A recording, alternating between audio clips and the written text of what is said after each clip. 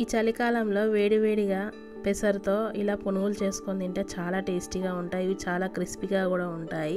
First అయితే పెసర్లని night అంతా నానబెట్టుకున్నాను. నానాక ఈ విధంగా స్వెల్ అవుతాయి. తర్వాత ఇందులో వాటర్ తీసేయాలి.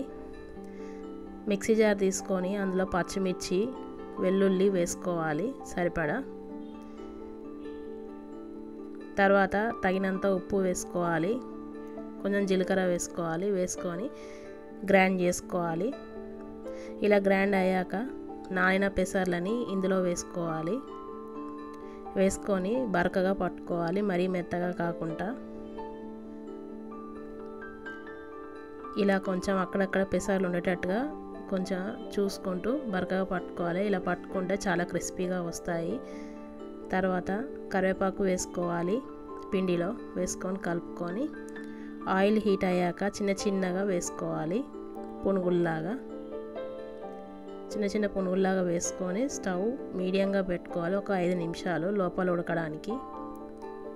లోపల పిండి ఉడుకుతుంది అలా పెట్టుకుంటే. తర్వాత స్టవ్ కొంచెం హైగా పెట్టుకోవచ్చు. ఇలా క్రిస్పీగా అయ్యాక వేడి నూనె నుండి తీసేయడమే. అంతే, ఎంతో సింపుల్గా పెసర పునుగులు సాయంత్రం పూట ఈ చలికాలంలో వేడివేడిగా వేసుకొని తినొచ్చు. చాలా క్రిస్పీగా కూడా ఉంటాయి ఇవి తింటుంటే.